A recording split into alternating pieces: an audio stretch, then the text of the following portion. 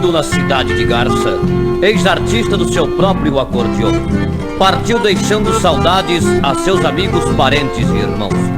Aqui vai essa homenagem de um sentimento sem fim ao inesquecível e saudoso Nardinho.